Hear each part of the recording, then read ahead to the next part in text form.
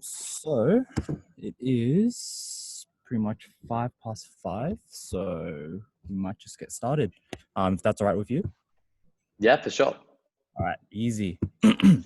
So hey guys, welcome and thank you for tuning in to Textbook Ventures Live Ask Me Anything.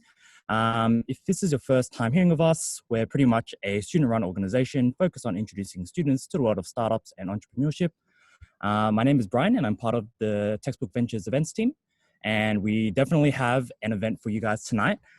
Today we're here with a special guest who has an extremely interesting story from transitioning into the startup world and taking on the blockchain gaming industry. But before we get into that, we just have a couple of digital housekeeping rules for you guys to keep in mind. The only two are pretty much make sure to keep your audio and video off. And if you have any questions for Robbie that pop up throughout our conversation, feel free to comment it in the chat so we can revisit it during the Q&A. Sweet. So now that we have that out of the way, I'm extremely excited to introduce Robbie Ferguson to you all today. He's currently the president and co-founder of Immutable Games, a blockchain gaming startup that allows players to truly own their in-game items and be able to buy and sell these items for real money.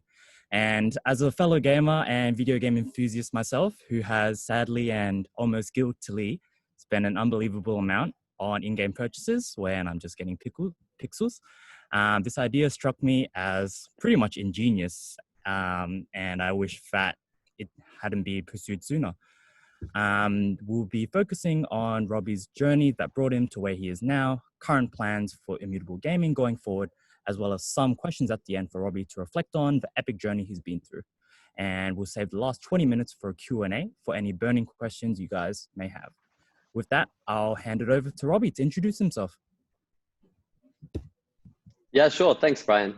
So it's not too long an introduction. I'm 23 years old and I basically started this company after 2 years in university, and my brother and I started it in a Christmas holiday break where we built our first experience and game called Etherbots. This was right when there was the massive blockchain price bubble of late kind of 2017 and Christmas, if you remember that, and I'm sure you guys all do.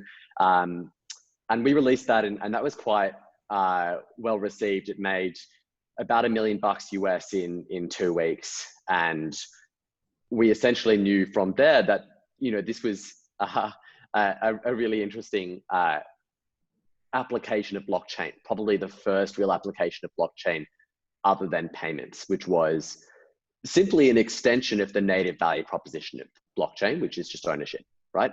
And all we were doing is taking that ownership and saying, well, why can't we make what is traditionally something completely non-scarce and intangible, which are in-game items, and make them real financial items? Yeah, cool. So before we jump into that whole story, it does definitely sounds like a lot to unpack. I'd love to learn more about your own journey first before becoming a founder. Just sussing out your background and everything. You were an amazing student, right? Scoring the best possible ATAR on earth before studying a really, really prestigious degree of computer science and law at, the University of Sydney. So I guess, first things first, what sparked your interest in these subjects, and did it, live up to your expectations? Yeah, okay. A lot to unpack there, and I don't think I'm a brilliant student. I just went to a great school and was fortunate to have a lot of opportunities offered to me. So I don't think that has been a major driver for anything. I'd say much more than that was like my interest in probably computer science and startups from a young age. Like that stuff was much more instrumental. But at the end of the day, I think it was Peter Thiel in 0 to 1 who said, like, every fantastic lawyer had a great future in their past. And I don't say that to disparage anyone who studies law. It's an incredibly important vocation, and if you enjoy it, it's great. But unfortunately, we've associated the scarcity of the positions in these prestigious subjects with a desirability of doing them, as we're prone to do. And the reality is that they're just vocations like anything else. If you go and study engineering, you have to be prepared to want to be an engineer, and in particular that specialty that you go into. If you go and study law, it's not some general abstract amazing course you take to think well. You're starting to become a lawyer, and so it's quite dry. I think I was unexpected. Like I didn't expect that, and many other people didn't, and slogged through it for that reason.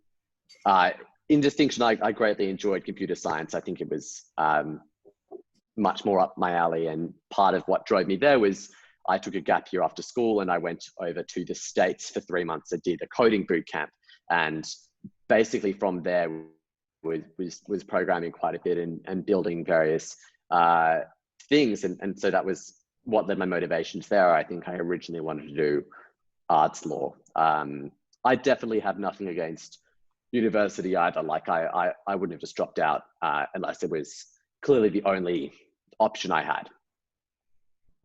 Yeah, right.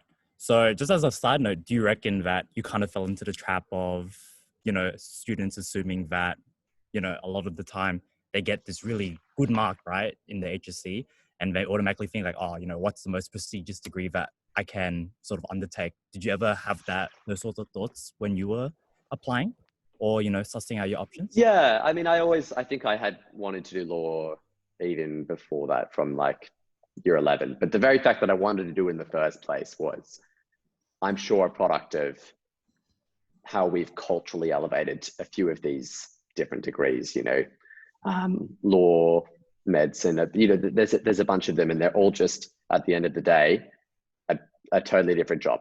And if you go overseas, we don't have the same kind of, or you have a different set of valorization of degrees. Like if you go over there and you say, well, it's very common if you're a successful student in Australia to go and do law. They look at you in America, particularly, they're like, what, like why?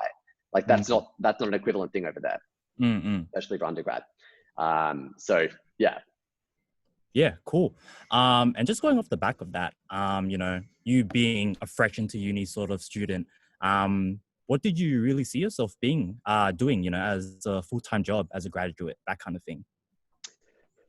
To be honest, I actually always saw myself doing startups. So yeah, and this perhaps is maybe where I differ from other people who've made startups, which has often been they've found a particular project or cause they're passionate about, and they just build a product for it, and it goes from there. I think that, my brother and I always wanted to be entrepreneurs from quite a young age. And because of that, we were building multiple different projects, and we were always looking at opportunities. I remember we used Asana back then, and we had this Asana with just hundreds of different business ideas, all like categorized according to priorities. That's definitely not the optimal way to do it. I'm sure that one of the ways to have a very successful startup is become deeply entrenched in an industry, see a need in that industry, and then build a product to solve it, or build it with skills that you could only have from being deep in that industry. But the reality was, with me, it was more of an intentional desire to actively pursue a few opportunities in the entrepreneurial space. Yeah, right. And, just out of curiosity, was there any reason why you, were so interested in the startup space, as a young person? Was it the fact that you could make buttloads of money, or was it just the idea of, creating and owning something that you've built yourself and watching it grow? Yeah, it's a good question. I think that creative ownership is very important, as is the ability to build something according to your own pace. So that was, I never really don't think I would have enjoyed just working for someone else and kind of not having autonomy over the end product. There are a few jobs which give you this freedom, by the way, that you don't necessarily have to go into entrepreneurship to get autonomy over your end goal or what you do during the day. Right. But that was definitely one. Yeah. And I think it gives you a strong feeling of control, ironically, because you can kind of define, well, this is what I want to build. And if it doesn't work, it's down to me. It's, and you can move quite fast between different projects. Like one of the the metrics we always used to say was one of the greatest predictors of the success of a startup was like, how fast can this thing fail? Because if you can do 10 startups in a year, then like you can't just create a successful startup. You can create a probabilistically successful startup, or have a process, which means by a decade you've created a successful startup. But the fail rate, how fast your company can fail, how fast can you validate product market fit, how fast can you validate scalability? These are essential. Yeah, right. I guess it kind of all goes back to, that business saying that, in business, you only have to be right one time and then everybody thinks, you're a genius, you know how it all works, that kind of thing. Yeah. Just as a quick question as well, like, on that note of autonomy that you mentioned, did you ever consider doing something like entrepreneurship? So when you join a company and then they give you the autonomy to, go about doing a project for them, that kind of thing. I don't think I had probably thought about it as an option. I probably didn't know that was available to me. Yeah, right. Yeah. Cool. It is a more and it's fairly rare that companies which provide those opportunities, I think. Oh yeah. Yeah. Cool. Then I guess that really answers my next question in terms of, you're on this sort of successful trajectory to, conventional success by any means. And I guess, going back to what you said previously, the reason behind why you wouldn't just settle for, a well-paying 9-to-5 job was the fact that, you don't really have control over what you're doing and you don't have that creative kind of, vigor that you would, running something by yourself. Is that correct?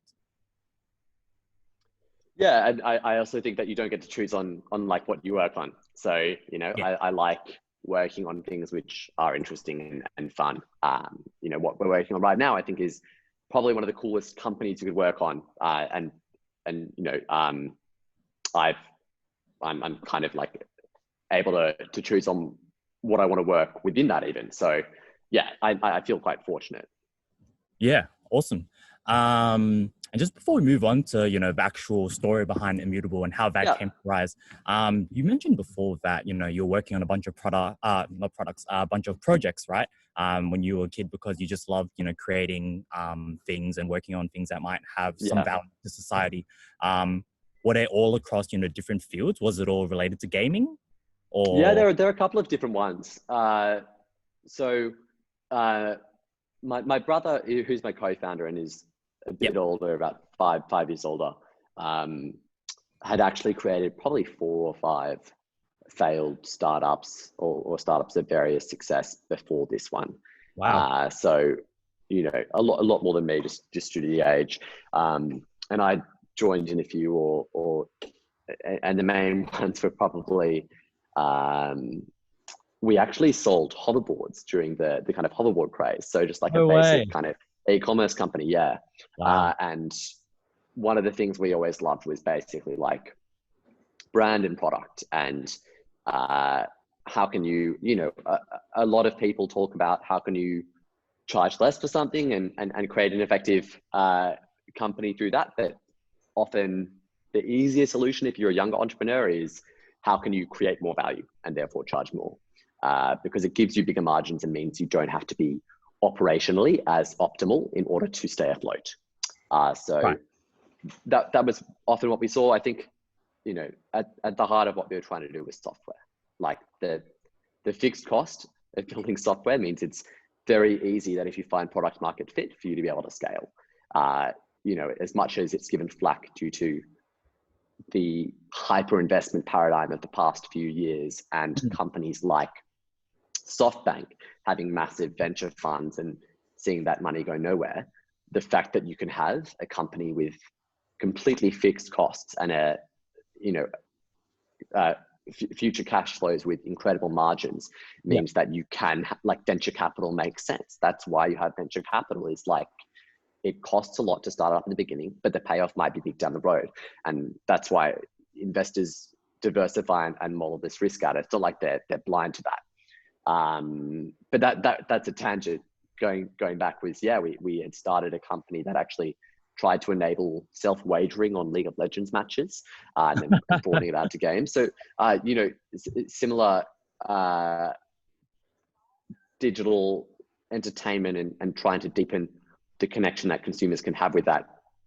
And that one was legally tricky, and not just because you have to get all these sorts of approvals for skill-based games, but then you're building a third-party service upon someone else's software. So at any point in time, they can kind of shut you down.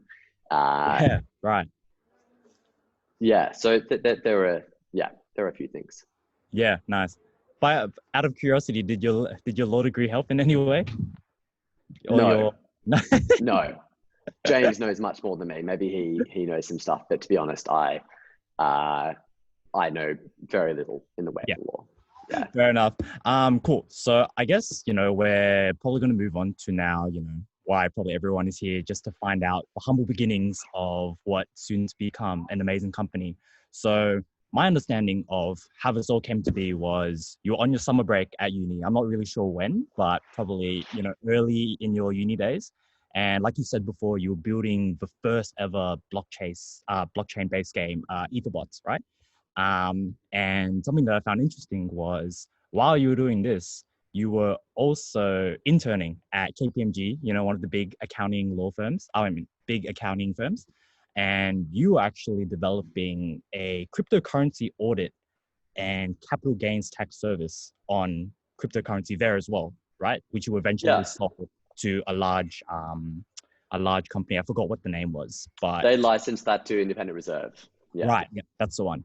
Cool. So, I mean, kind of sounds like what you got up to in your spare time was definitely not what the average uni student was doing with their holidays. But, while you were developing the game, right?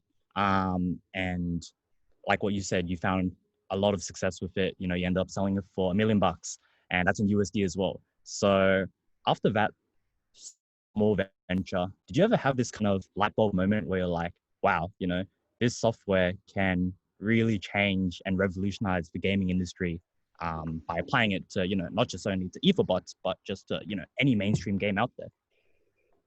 Yeah, I think we had that before we even released Etherbots. I mean, so for a bit of background, I've been involved in the crypto industry for a while, at least 2 years, and particularly in Ethereum.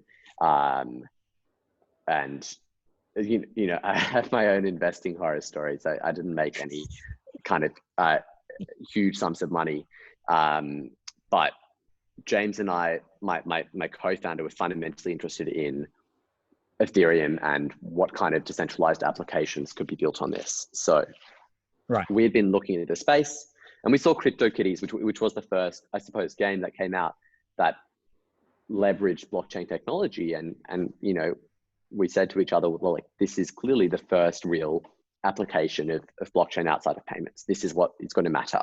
And, even today, we clearly haven't proven that on a true scale, right? And in the scale of gaming, there are like billions of gamers, and the total addressed market of these games is still under, 500,000 players total. So there's a big delta, but there is product market fit, and there is, what I believe, a very strong value proposition. So I think that we had that faith from the start, and still do now.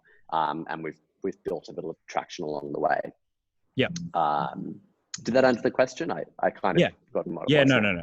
100% clear. But just, because not a lot of people are as involved as you and your brother in the space, right?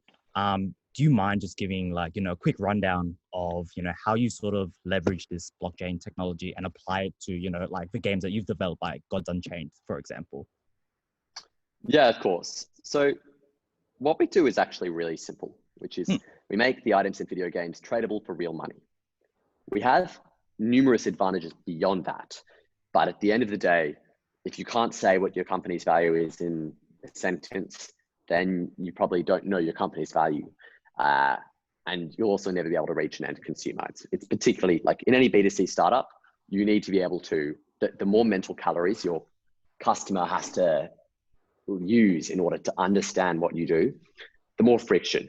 And that just means fewer conversions, which means more expensive acquisitions. So our job is saying, well, how can we make the value which we know we're providing easily understood? to go into a bit more depth though, like why does this actually matter? Why can't I just use a tradable marketplace in something like Steam or Counter-Strike Go or TF2? These all have tradable marketplaces. I mean, Diablo 3 had a tradable marketplace for cash. And so did Artifact. What's the difference? Well, there are some really important ones. The first is, at the end of the day, it's the difference between like centralized money and Bitcoin. The central bank can at any time, and quite topical now, print insane amounts of currency for whatever reason they desire. And this devalues your holdings. In the context of a video game, it's even more serious because imagine you have a one-of-one unique starship or trading card. You have no guarantees that the publisher will never just print out of thin air a centralized another copy of that. And then the value of yours halves or probably less due to reduced trust in the publisher. So that's the first thing, is like, when you say there's only going to be an X number of something, you can actually back that provably on the chain, and no one can argue with that. And this is really significant. There are games where the in-game economies, and I'm not talking something which is convertible into real world cash apart from illicit markets. I'm talking about people play for dollars, and then there are chips in the games, and there's this own internal economy. And those economies are massive, like EVE Online.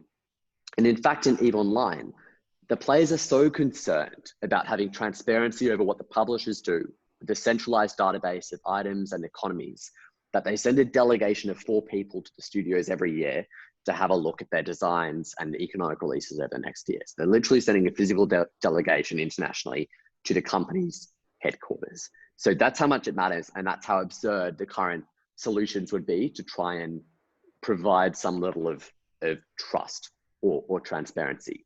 Right. But then there are some really cool, go for it.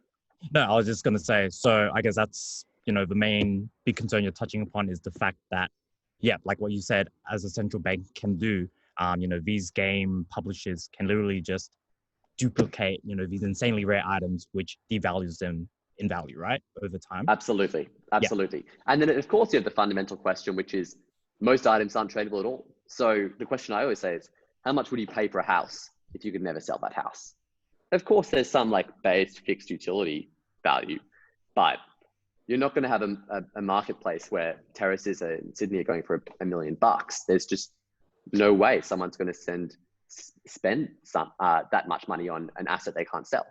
And that's the reality we have with gaming, where over $100 billion is literally spent on in-game items, and not a cent of that is ever owned or capable of being sold again. It's just going straight into the hands of these developers. And I think that a system where it's tradable is a better paradigm. I think people would enjoy it much more. I think it gives them much more value. And I don't think it's incompatible with developers making money and having good commercial incentives to build games. In fact, it opens up brand new revenue channels, which are impossible under the current standard. Revenue channels such as taking a fee on trading, revenue channels such as creating derivative financial markets, which means you suddenly have 10 times the market size than the base assets, because you have options contracts and market makers. Like these are all things that are not going to exist yet, but once we provide the basic building blocks, any market of a sufficient size gets those derivatives built on it because they just make money. Right. The final thing I'll share that's really cool is provenance. So before this technology, provenance was exclusively limited to the physical domain.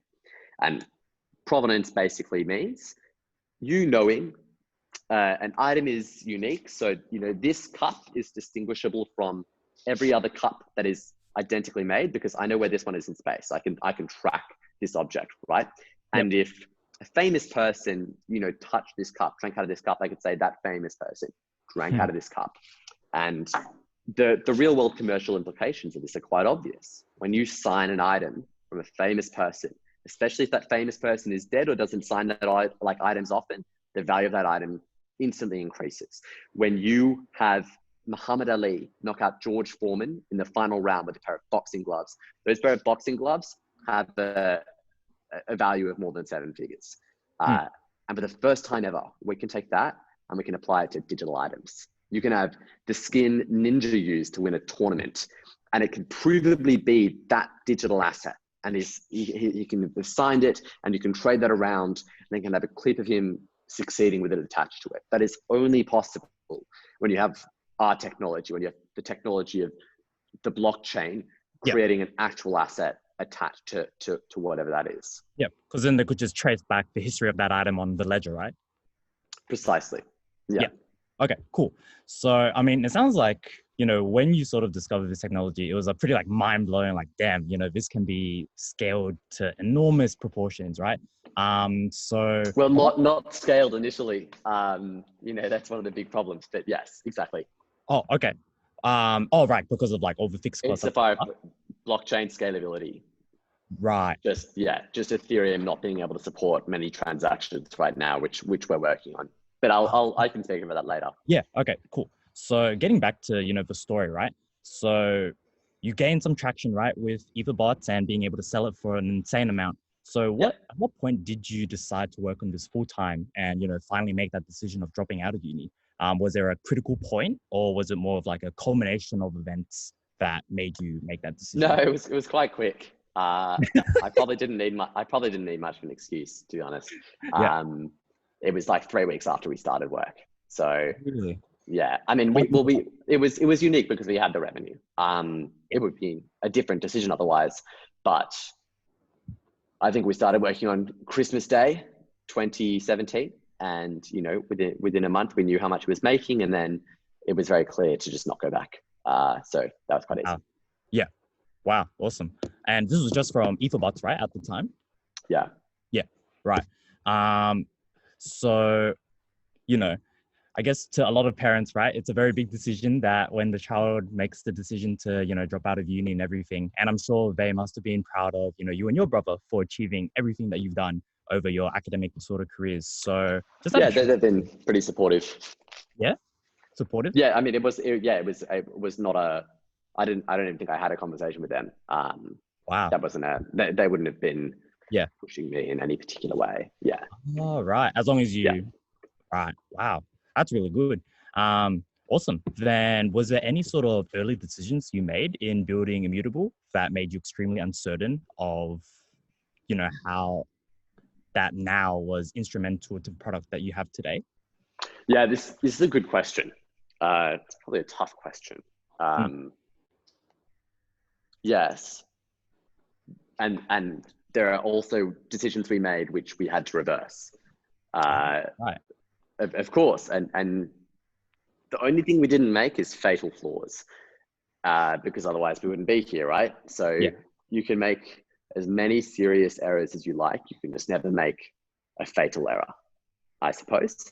And there are a bunch of serious errors. So, I mean, the probably the easiest thing to point to is our first game was built entirely on chain. What does that mean?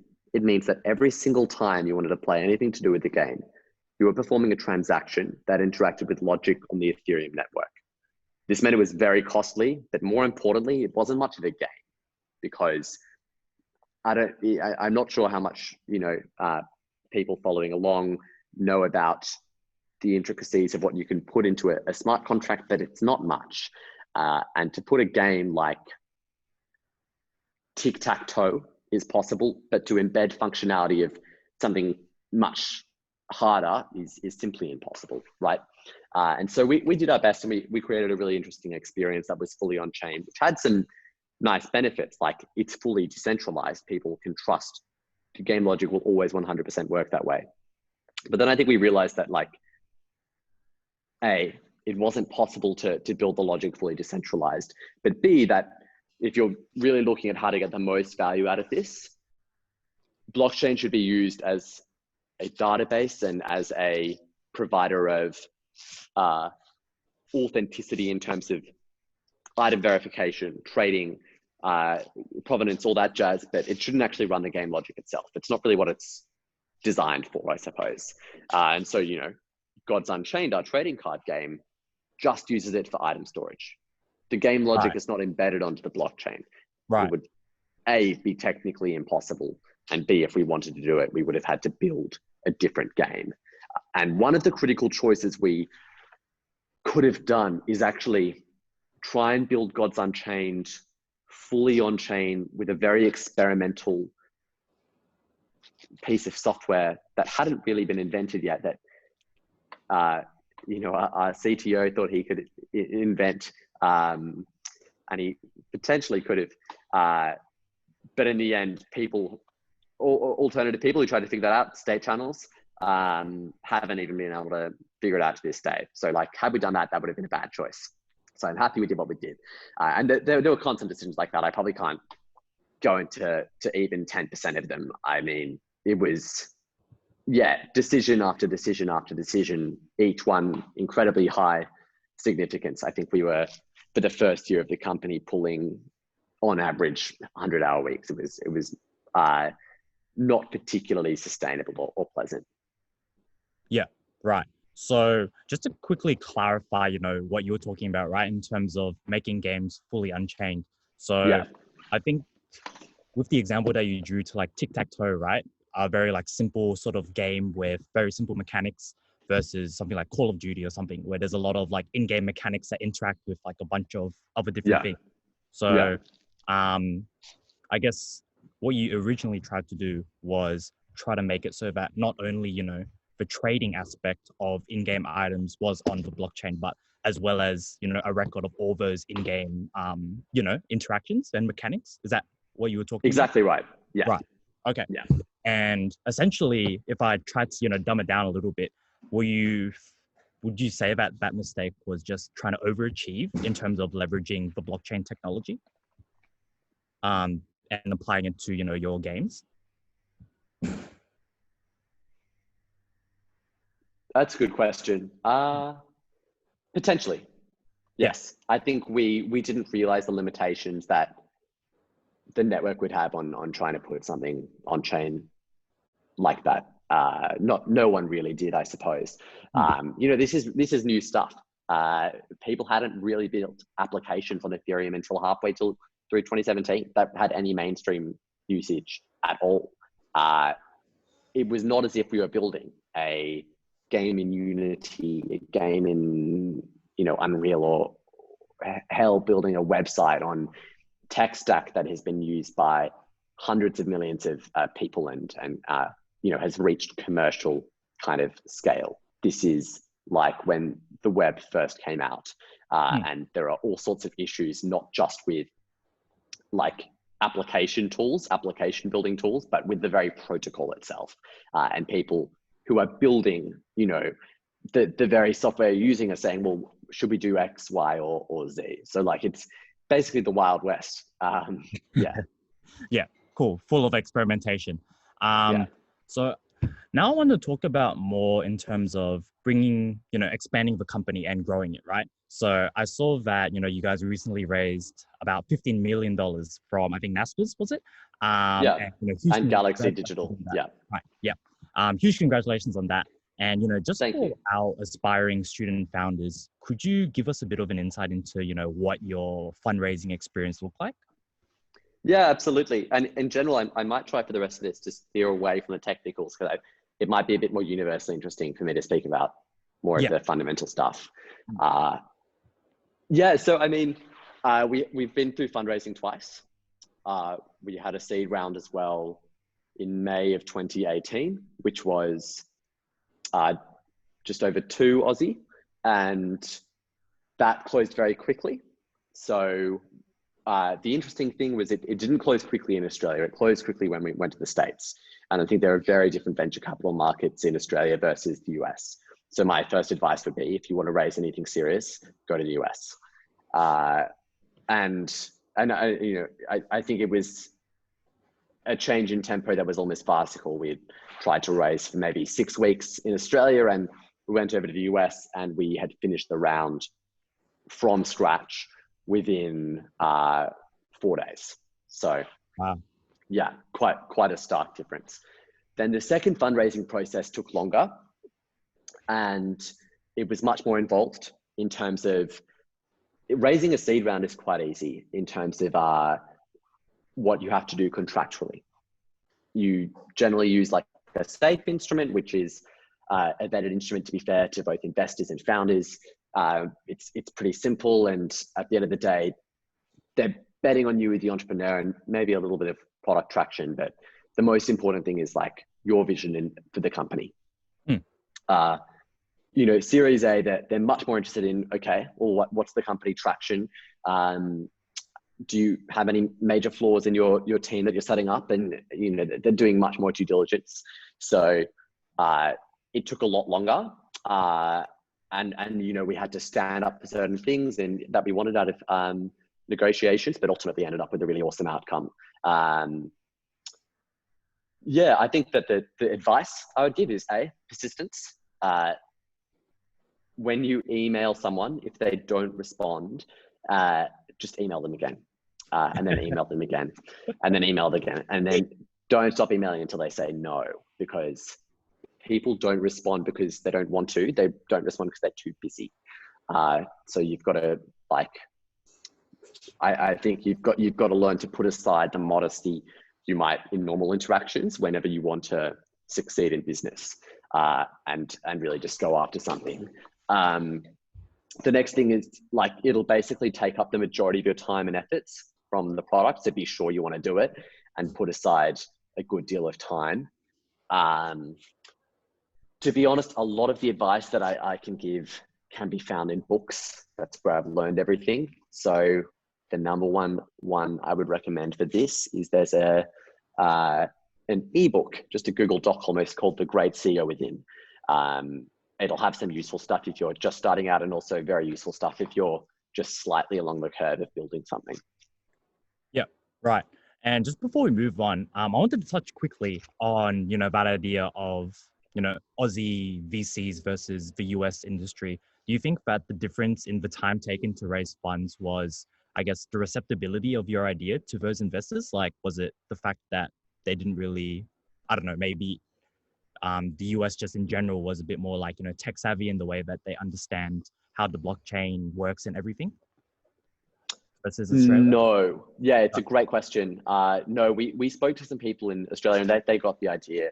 And, you know, one of them came in the later round. So we were talking to Reinventure, who came in our Series A round. And, you know, I was talking with the partners from there, and they got it instantly. And we could see in meetings when people instantly kind of got the idea, and it was awesome to have that validation where they're like, we understand. The difference is simply, I think, the amount of capital available and the valuations they deal in. You know, I think that it's much easier to put a higher deal together in the States than it is in Australia. They're much more price sensitive. Right. Yeah, that makes sense. Cool. So I guess wrapping up this sort of, you know, story behind Immutable, I'd just like to get your opinion on, you know, any challenges that you've encountered along the way, and, you know, at any time did it question why you decided to, you know, venture down this path, you know, both from a professional and from a personal standpoint? Yeah, many challenges. Never questioning why I did it. I think it's always been good fun. The biggest challenges occur with different stages in the life cycle of your business, I would say. So when you're first starting out, your problem is getting traction. It's getting product market fit and proving you have something at all. At this stage, your team is 8 people or fewer, and organizational headaches shouldn't be a thing, because when you have 8 people or fewer, you can almost emergently organize yourselves. You all know what everyone's working on. You don't need meetings. Everyone's operating at peak efficiency with very little overhead. And it's very clear if someone is in it or not, and you can make those decisions very easily. Then you get into the next stage, which is, oh, well, now we need meetings and a corporate process. And that's like 10 plus people. That's radically different. And the systems you build here, I think, are kind of the backbone of the future systems of the company. And then you suddenly have to realize, well, actually I don't need to be individually contributing 100% of the time. Perhaps, I'm stepping into a management role, or I'm fundraising, things like these, right? And so the critical problems there is, do I have people whom I trust, who I can get to build this thing while I go off and fundraise or do these other things? And at this point, you should be thinking about scaling your product market fit, and like looking at your cash flow to make sure you can actually, I suppose, keep the business afloat. And then I suppose the stage we're kind of looking at now is where we have a much bigger team that we've assembled, over 60 people. How do we turn the company into a machine? So at this point, you should have product market fit. You should know how to scale. The goal is improve your margins, rapidly grow. Improving your margins probably comes slightly later in the cycle, and you probably want to optimize for rapid growth, but you also want to try and make the company machine. So, I had a friend of mine tell me, like, if the founders or the key people, it doesn't matter, go away on holiday for 2 weeks and the business grinds to a standstill because those people are what push it forward. That's a terrible thing. It's the difference between a company and, a leader and 1,000 supporters, or someone and 100 workers, I suppose. And it's not a good position to be in. So some people think this is cool, and that, you want this one brilliant person leading all the value in the company. It's important to have a visionary, and it's really important to have someone who has conviction in where the company's going. But if they're making critical product decisions, or they're making critical business decisions that keep the company growing, you're not a company. You're not a machine. Like, you take, I think it was the guy who made eBay said that if you took the executive team out of eBay, the company would just keep running for like 12 months before anyone noticed a thing, because that's how powerful its systems were. That's how well they had worked out their product market fit. And like that is a well-established machine. And so I think that's the problem we're trying to solve right now, is creating that machine. Yeah, right. So it's pretty much in terms of building up capability within the company that goes beyond just, you and your brother and the execs. Yeah, I wouldn't say capability. It's not as if like we're somehow capable of doing it and other people aren't. Everyone is very capable. Like we've got brilliant people. It's more knowing what to do, systemizing your processes, and creating accountability in very clear ways, so that people know what they have to do, and then everything functions smoothly. Yeah, cool. I'm really glad you brought up that, the thing about what you're trying to do now, because what I found interesting was, in terms of the direction that the company's going into, I heard that you're looking to push, your Gods Unchained card game into the esports sort of realm.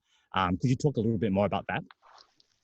Yeah, absolutely. So Gods Unchained is mainly handled now by Chris Clay, the games director, and he was the former director of Magic the Gathering Arena. And basically we're at the stage where we think we have one of the best product market fits on the blockchain. We think that a trading card game where you can truly own your items is just this kind of phenomenal, magical experience that people love to participate in. And we're at the stage where we want to scale that.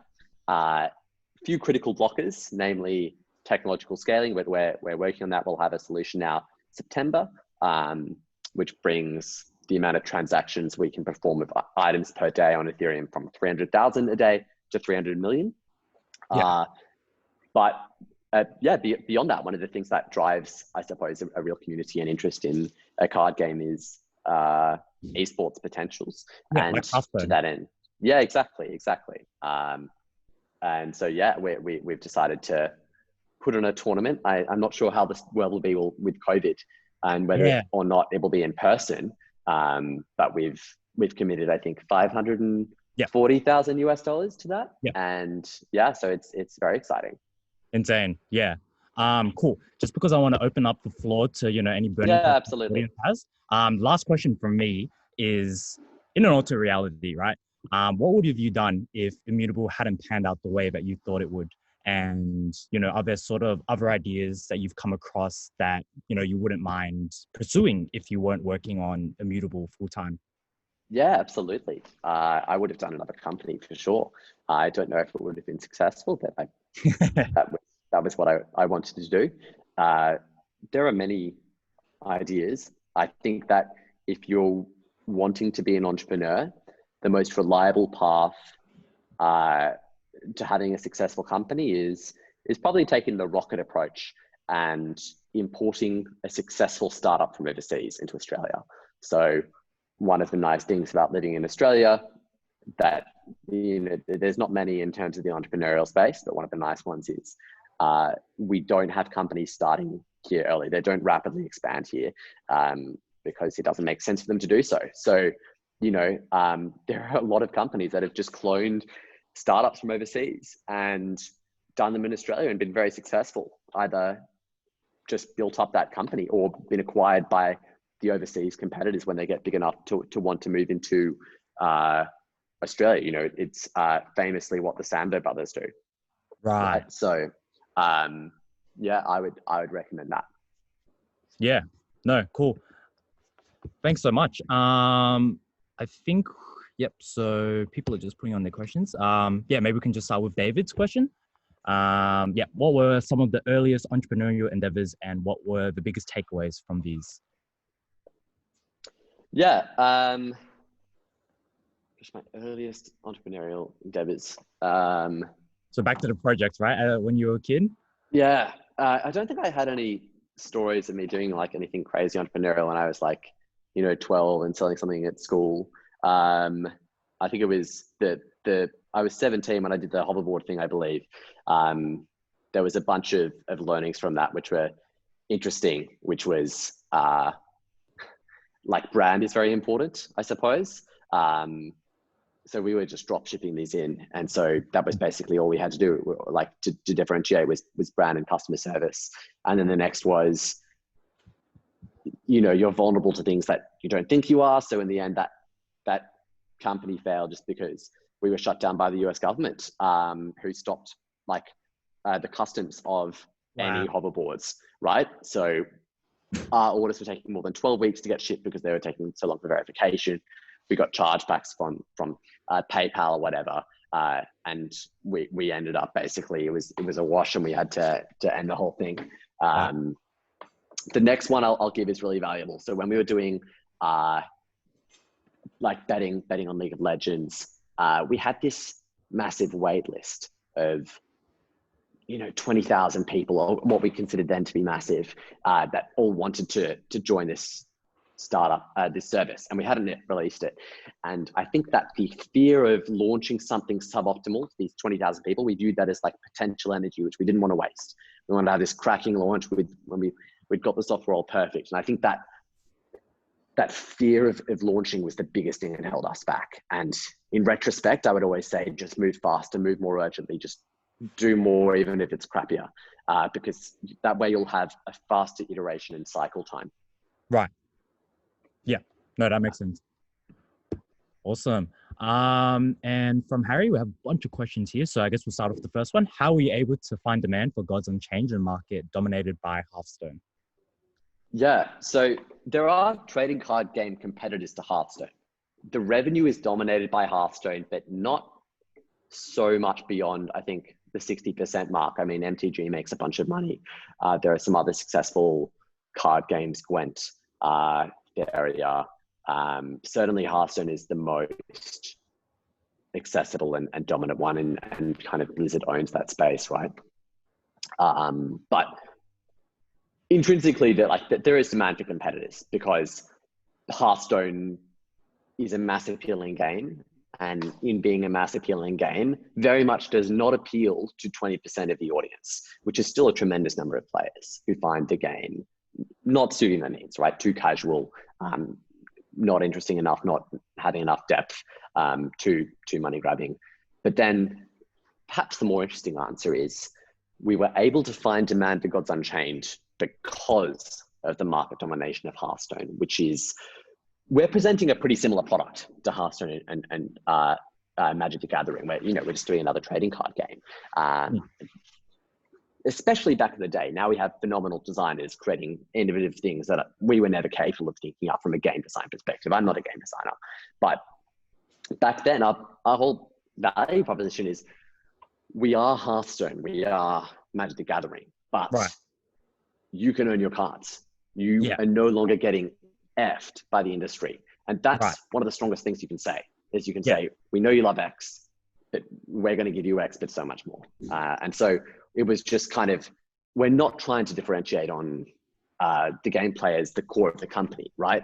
Yeah. It's very important, and the game is in such a state that we've gotten people on to make the game amazing now. But fundamentally, what our value proposition is a different ownership proposition for consumers, so that they can trade these cards for money. They can trade them as if they actually bought a card pack of Yu-Gi-Oh cards.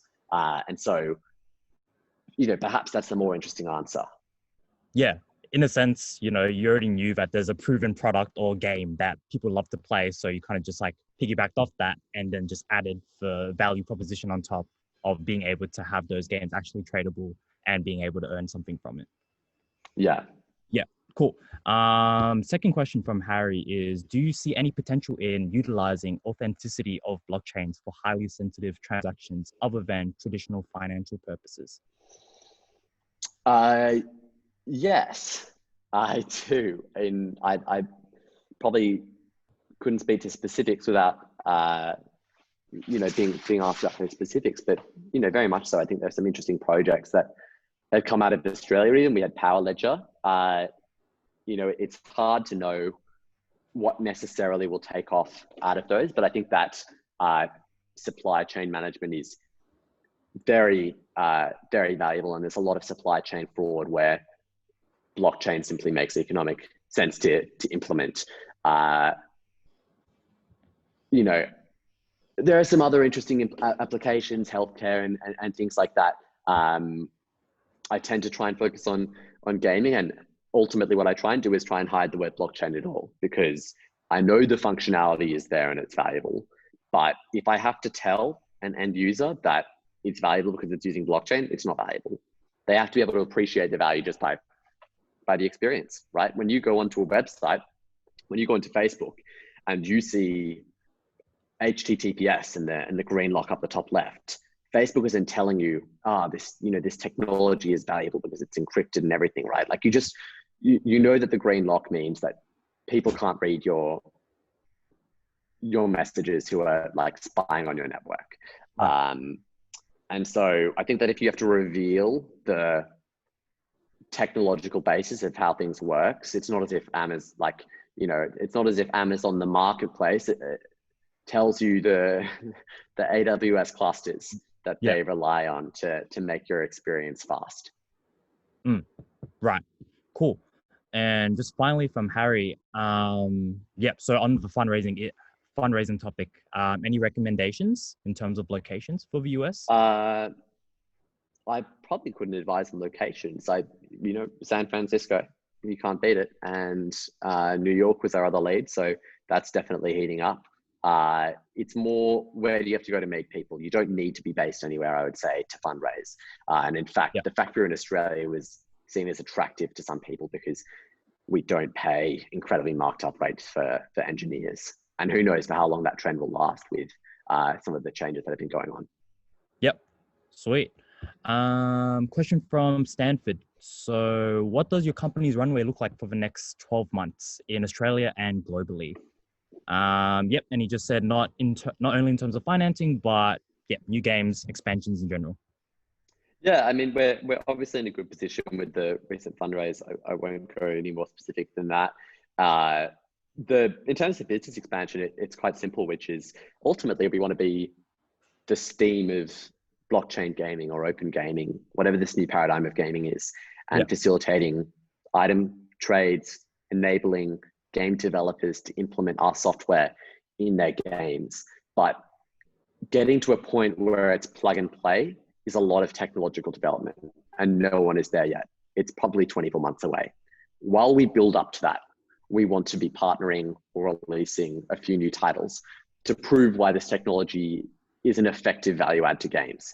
And so over the next 12 months, we'll be partnering with a AAA game, which we have that we're working on currently, and we'll also be releasing some new titles that we've developed in-house. So there are a few buns in the oven.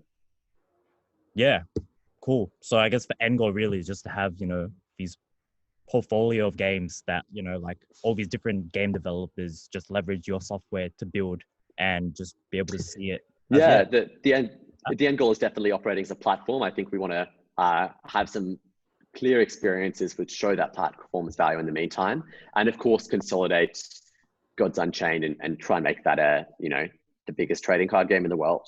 I see why no reason why it can't be. Yep, awesome. Thanks so much. Cool. I think that's actually right on time for 6 o'clock. So if there's no other questions, then yeah, just before we finish, I'd just like to give a huge thank you to you, Robbie, for taking the time to come on, share your journey with us, all of us being really interested in entrepreneurship and the startup space in general. I'm sure you've definitely proven to students and parents alike that following a conventional pathway to success doesn't mean that, there's no other ways to achieve that. And just quickly before, I think, yep. And for those who want to connect with you and be updated with, what Immutable is doing at the moment, where can they find you on, the social media platforms like Twitter, Medium, or something like that? Yeah, I mean, the company has a Gods Unchained Twitter. It's probably the easiest way to follow that game. Otherwise, LinkedIn is probably the best thing to follow stuff. And if you're a fan of the game, the Discord is where a bunch of the chats go down. Feel free to reach out to me on LinkedIn. Yep, cool. So we'll be sure to put all of this information in our takeaways. So for all of you tuning in, you'll be able to access that information. And yeah, just, on behalf of the Textbook Ventures team, I'd like to thank everyone for taking the time to spend your Wednesday evening with us. And a big thank you again to you, Robbie, for your time today. Thanks very much, Brian. Thanks, Awesome. everyone. It was a pleasure.